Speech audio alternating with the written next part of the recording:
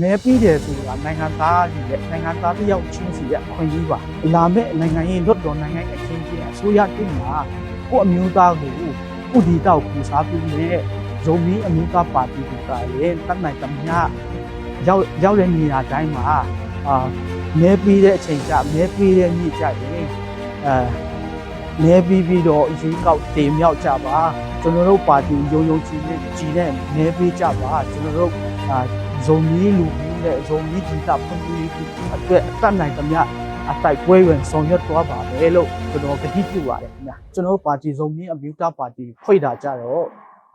3လလောက်ပဲရှိသေးတယ်ကျွန်တော်တို့မှာအခက်အခဲတွေအများကြီးရှိပါတယ်လက်ရှိအားလုံးကြည့်တဲ့အတိုင်းလက်ရှိနိုင်ငံရေးအခြေအနေနဲ့မြေအခြေအနေအခက်အခဲတွေအများကြီးရှိပါတယ်ဒီကြားထဲမှာကျွန်တော်တို့အခက်အခဲများစွာကြော်လွှားပြီးတော့လာမယ့်ရွေးကောက်ပွဲမှာလွတ်တော်နိုင်ငံရေးအခင်းချင်းမှာကျွန်တော်တို့ဇုံမီတိုင်းရင်သားဇုံမီလူမျိုးတွေကိုစားပြုတ်နိုင်ဖို့လွတ်တော်နိုင်ငံရေးမှာကိုလူမျိုးရဲ့အတန်ကိုစားပြုတ်နိုင်အောင်ဒီတာဖွံ့ဖြိုးရေးလုပ်နိုင်အောင်ကျွန်တော်တို့ပြင်ဆင်ပြီးတော့စူးစမ်းလုပ်နေပါတယ်ဒီနိုင်ငံရေးအခင်းချင်းအပြောင်းလဲဖြစ်လာမယ်ဆိုရင်လွတ်တော်နိုင်ငံရေးပဲတွားတော့မှာကိုတွားတဲ့ခါကျတော့ကိုလူမျိုးကိုဒီတော့ကိုစားပြုတ်မဲ့ပါတီမရှိဘူးဆိုရင်ကျွန်တော်တို့ကြံခဲ့မှာလေကြံခဲ့မှာဆိုတော့ကျွန်တော်တို့ကိုအတန်းနိုင်တမျှကိုယ်စလဲလုံးကြီးလည်းအမြင်တင်သွင်းထားတယ်ချင်းပြည်နယ်လွတ်တော်မှာအပြည့်အဝမဟုတ်ရင်တောင်မှထက်ဝက်ကျော်ကျွန်တော်အမြင်စင်တင်သွင်းထားတယ်ပြည်သူ့လွတ်တော်အမျိုးသားလွတ်တော်မှာလည်းကျွန်တော်တို့အဓိကပေါ့ကျွန်တော်မြောက်ပိုင်းချင်းပြည်နယ်မြောက်ပိုင်းမှာအားလုံးမဲဆန္ဒနဲ့အားလုံးမှာကျွန်တော်လွတ်တော်ကိုယ်စလဲလုံးအမြင်တင်သွင်းထားပါတယ်ပြီးတော့မှကျွန်တော်ထပ်ပြီးပြောချင်တာကပြည်သူတွေကျွန်တော်တို့တပီးနဲ့တတိုက်ပြည်လုံးမှာအခုပြိုင်မဲ့နိုင်ငံရေးပါတီ50ကျော်လောက်ရှိတယ်58ပါတီလောက်ရှိတဲ့အဲမှာကျွန်တော်တို့ဇုံမီတိုင်းရင်းသားများလည်းဇုံမီအမျိုးသားပါတီလည်းအပါအဝင်ဖြစ်ပါတယ်ကျန်တဲ့ပါတီလူမျိုးအကြီးကြီးလည်းသူတို့ဆိုင်ရာတက်ဆိုင်ရာပါတီတွေကိုသူတို့ရွေးချယ်တင်မြောက်မှာဖြစ်ပါတယ်ဒါကြောင့်မို့ကိုအမျိုးသားကိုစားပြုတ်မဲ့ဇုံမီအမျိုးသားအကျိုးစီးပွားကိုကာကွယ်မြင့်တင်နိုင်မဲ့ဇုံမီအမျိုးသားကိုပါတီကိုတာလေမဲပြီးကြဖို့နိုင်ငံအရရမှာဒီတာအရရမှာရောက်ရှိနေတဲ့ဇုံမီပြည်သူမဲဆန္ဒမဲရှင်ပြည်သူများကိုဒီကနေတိုက်တွန်းပါတယ်ကျွန်တော်တို့အရင်ကတော့ဇုံမီပါတီရှိခဲ့ဘူးတယ်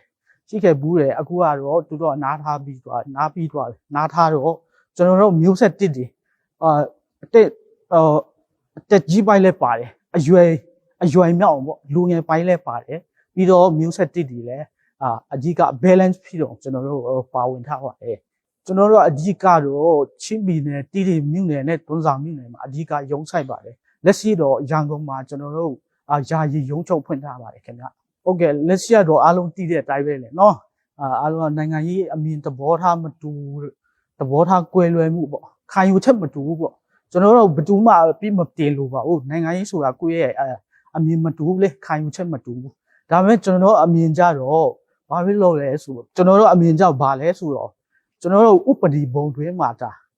လက်ရှိဖွဲ့စည်းပုံကျွန်တော်ကြိုက်တယ်ဖြစ်စီမကြိုက်တယ်ဖြစ်စီဒီဖွဲ့စည်းပုံအခြေခံအောက်မှာတွားမှာဖြစ်တဲ့အတွက်ကြောင့်ကျွန်တော်တို့ဒီ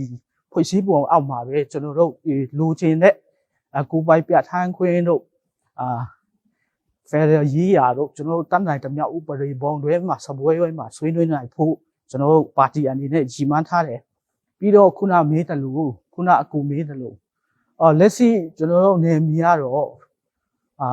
အဖွေပေါင်းများစွာရှိတယ်ကျွန်တော်တို့တတိထားပြီးလုပ်ပြရပါတယ်ပြီးတော့မှတွားရေးလာရေးလည်းခက်ခဲတယ်ကြီးတဲ့တိုင်းပဲချင်းပြည်နယ်ကဒီဖွံ့ဖြိုးတိုးတက်မှုနောက်ကျဆုံးထဲမှာပါတာဦးမြန်မာနိုင်ငံထဲမှာဒါပေမဲ့သူတို့လည်းတိုက်ပြည်တိုးတက်ဖို့ကိုလိုမျိုးကိုဒေတာဖွံ့ဖြိုးတိုးတက်ဖို့ရည်မှန်းထားတဲ့လူတွေပဲအဖွဲ့အစည်းပေါင်းဆောင်ဒါဒီကျွန်တော်တို့ခုလောလောဆယ်မဖြစ်နိုင်ရင်တော့မှတော့အနာဂတ်မှာအားလုံး all inclusive ဖြစ်တဲ့အားလုံးလက်ခံနိုင်တဲ့ဇုံမီနိုင်ငံရေးဖြစ်ချင်းပြည်နယ်နိုင်ငံဖြစ်တက်ဆိုင်သူအားလုံးအဖွဲ့အစည်းအကြီးကြီးအားလုံးနဲ့တို့ကျွန်တော်တို့တဖြည်းဖြည်းဆွေးနွေးပြီးတော့ညှိနှိုင်းသွားဖို့ရှိပါတယ်ခင်ဗျာ100% တော့ပြောလို့မရဘူးเนาะ100% တော့ပြောလို့မရဘူးတက်နိုင်တမျှတော့ကျွန်တော်တို့အခုမဲစင်းကိစ္စတွေကြိုတင်မဲစင်းကိစ္စတွေလည်းကျွန်တော်တို့ ကြိုးစားပြီးတော့စုဆောင်းတာအချက်လက်တွေစုဆောင်းတာတွေရှိတယ်ကဲလို့များကျွန်တော်တို့ကတော့အနည်းဆုံးတိတိသုံးစာမှာ90%လောက်တော့မှန်းထားတယ်ဘာဖြစ်လို့လဲဆိုတော့ဒါကျွန်တော်ဒီတာပဲလေကျွန်တော်တို့ဘောလုံးကန်တာဘောလုံးပွဲဆိုရင်ကျွန်တော်တို့ဒါအင်ကွင်းပဲလေဒါကျွန်တော်တို့အားတာချက်ရှိတယ်ကျွန်တော်မှလည်းဒါကျွန်တော်တို့ strong group ပေါ့အမှန်ခံနေပြီဖြစ်တာကိုပြည်သူတွေကလည်းစဉ်းစားတင်တယ်ပြည်သူကလည်းစဉ်းစားမှာပါတခြားပါတီပေးတာချက်တခြားပါတီပေါ့ဥပမာဗျာပြီးမှပါတီတွေထက်ကုဒီတာကုခန်းစားချက်ကိုနားလည်နိုင်မဲ့ကုခန်းစားချက်ကုအခက်ခဲကိုကိုရင်ဖြည့်ရှင်းပေးနိုင်မဲ့ကုအမျိုးသားရေးပါတီကုအမျိုးသားကိုစားပြုတဲ့ဇုံမင်းအမျိုးသားပါတီတာလည်းပေးတဲ့တယ်လို့ကျွန်တော်တိုက်တွန်းချင်ပါလေလို့မြောင်မန်းချက်ကြတော့ကျွန်တော်တို့ဒီကဖွံ့ဖြိုးရေးအဓိကအခြေခံအဆောက်အုံဖွံ့ဖြိုးရေးပညာရေးကျန်းမာရေးလူမှုရေးအဲ့ဒါကြီးကိုကျွန်တော်တို့လမ်းပန်းဆက်သွယ်ရေးအဓိကကျွန်တော်တို့ဒီကဖွံ့ဖြိုးရေးအတွက်လုပ်မယ်ပြီးတော့ချင်းပြည်နယ်လူမျိုးနွယ်စုအားလုံးနားလည်မှုရှိပြီးတော့အချင်းချင်းနားလည်မှုရှိပြီးတော့ဈေးလုံးမြင်ခွင့်အောင်ကျွန်တော်တို့တတ်နိုင်တမျှကြိုးစားဆောင်ရွက်တော့ဖို့ရည်မှန်းထားပါတယ်ခင်ဗျာချင်းပြည်နယ်မှာမြောက်ပိုင်းမှာအဓိကပေါ့တုံပိုင်းလေးမျိုးနယ်ကတော့ရွေးကောက်ပွဲမရှိဘူးလို့ယခုချိန်ထိ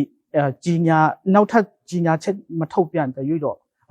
ရွေးကောက်ပွဲမလုပ်ဖြစ်သေးဘူးလို့ပြောတယ်၄မျိုးတယ်ပေါ့မြောက်ပိုင်းကျတော့အဓိကကျွန်တော်ပြိုင်ပွဲကပြည်ခိုင်ပြုဖြစ်မှာပါပြည်ခိုင်ပြုရဲ့ကျွန်တော်ဇုံမင်းအမျိုးသားပါတီရဲ့ပြည်သုံးလုံးရဲ့ပြီးတော့ချင်းပြည်တစ်ပါတီဒီပါတီပြီးတော့ခုမေးပါတီပေါ့၄ပါတီပေါ့ပါတီထဲမှာတော့ကျွန်တော်ဒီတာမှာပြည်ခိုင်ပြုနဲ့ဇုံမင်းအမျိုးသားပါတီပဲအဓိကပြရမယ့်သဘောရှိပါတယ်ခင်ဗျာရွေးကောက်ပွဲပုံမှာပြည်သူတွေဘယ်လိုကျွန်တော်အနေနဲ့ဘယ်လိုသဘောထားမှချက်အကြံပြုချင်လဲဆိုတော့ကျွန်တော်တို့အမဲပြီးတယ်ဆိုတာနိုင်ငံသားကြီးရဲ့နိုင်ငံသားတယောက်ချင်းစီရဲ့အခွင့်အရေးပါရွေးကောက်ပွဲမှာကျွန်တော်တို့မဲမပြီးရလေပြီးတလောက်နဲ့သူကရည်သွက်ပြီးတော့ရွေးကောက်ပွဲကျင်းပမှာကိုဒါကြောင့်မို့ကိုကြံခဲ့မှာတဲ့အခက်ခဲကြမှာလာမဲ့နိုင်ငံရေးလွတ်တော်နိုင်ငံရေးအခင်းချင်းအစိုးရတစ်မှာကိုအမျိုးသားကိုကုဒီတောက်ကူစားပြုမဲ့ဇုံမီအမျိုးသားပါတီကူတာလေတတ်နိုင်တမျှရောက်တဲ့နေရာတိုင်းမှာမဲပြီးတဲ့အချိန်ကျမဲပြီးတဲ့နေ့ကျရင်မဲပြီးတော့ရွေးကောက်တင်မြောက်ကြပါကျွန်တော်တို့ပါတီကိုယုံကြည်နဲ့မဲပေးကြပါကျွန်တော်တို့ဇုံမီလူမျိုးနဲ့ဇုံမီဒီတာဖွံ့ဖြိုးရေးအတွက်အတတ်နိုင်တမျှအတိုက်ပွဲဝင်ဆောင်ရွက်သွားပါမယ်လို့ကျွန်တော်ကတိပြုပါတယ်ခင်ဗျာ